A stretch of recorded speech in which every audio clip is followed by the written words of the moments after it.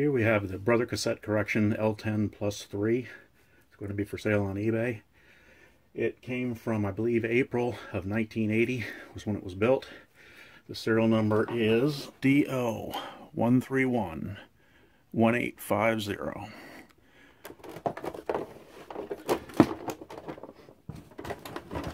When you receive the machine, if you buy it, it will be in this mode. No cord plugged in, obviously.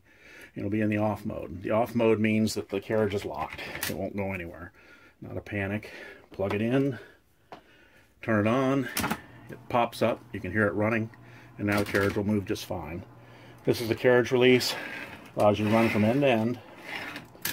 Okay, here is the left margin setting. Here's the paper start setting. Here's the right margin, and you'll hear the bell come in here, which you can set. The thing has, I believe, a 13-inch wide carriage. There's an 8.5 by 11 sideways, so you can see it'll do quite a bit more than that. I think it is 13 inches.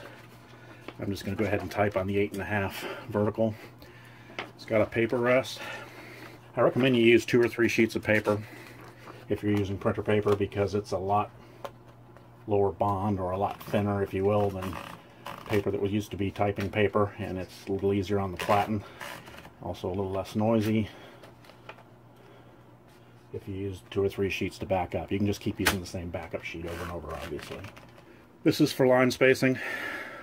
R, 1, 1.5, and 2. Reverse, I guess you can hold it and back up. Okay, I'll set it on 1. This is your paper release, like I said, for lining up. When you put it in, put it out. You have a click advance on the platen advance, line advance, and you also have a push button over here on the left that allows you to go variable, any amount you want to line up for forms, any kind of thing like that. Okay, to get in to replace a ribbon, it's very simple. Cover release right here, pops open, pulls out, just like that, simple. Cover makes a little noise when it's open, but it's no biggie. Put it back in, making sure it gets behind these clips. Tighten it up just a little bit, close cover back up, and you should be good to go. Ribbon direction, let me show you that.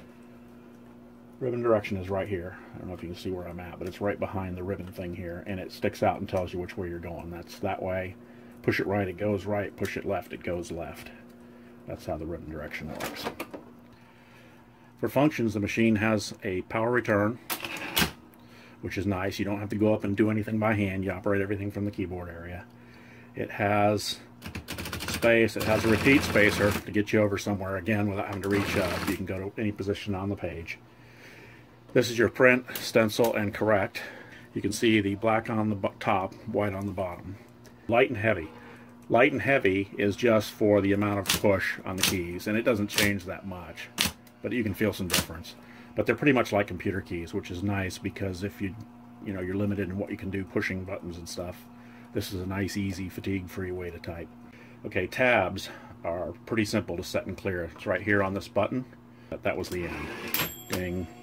Okay, so now let's set a couple tabs. We'll go in 20 or so and say set.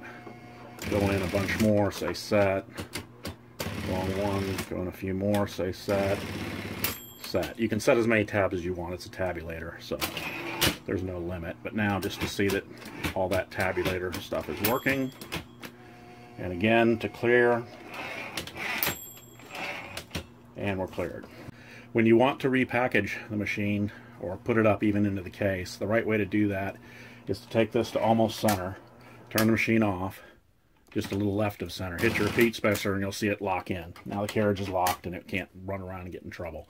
Once you put it in the lockdown in the case, which I'll show you later, it's all pretty darn well protected. Again, to unlock it, just turn it back on. Let's go power return. Let's go type some letters. I'll just start at the top, left to right, and go down. I decided after I started typing it wasn't going to do much good to show you typing without being able to see it. So here, from up close, do the same thing again.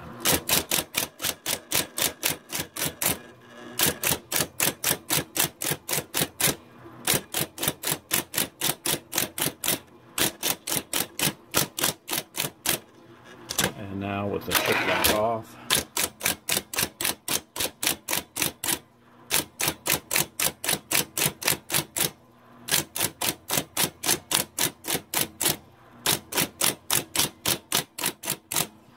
you can see the new ribbon and how it's acting, and it looks absolutely fantastic. Let's do a correction so you can see it. So we'll start with test. We'll type capital T, EST. And we're going to make it testing, so we'll type it INF. Okay, so we blew it. So what we want to do to come back and fix it is use the power backspace, go to correct, hit an F. You can see the F is now gone. Backspace again, go to print, hit a G, and now, if we power turn up a couple times, you can see the corrected word, and you can see how well that correction works. I mean, it is almost flawless. It beats white out and most of the lifting things all the heck, as far as I'm concerned. It does a nearly perfect job. So anyway, there you go. I think that's it.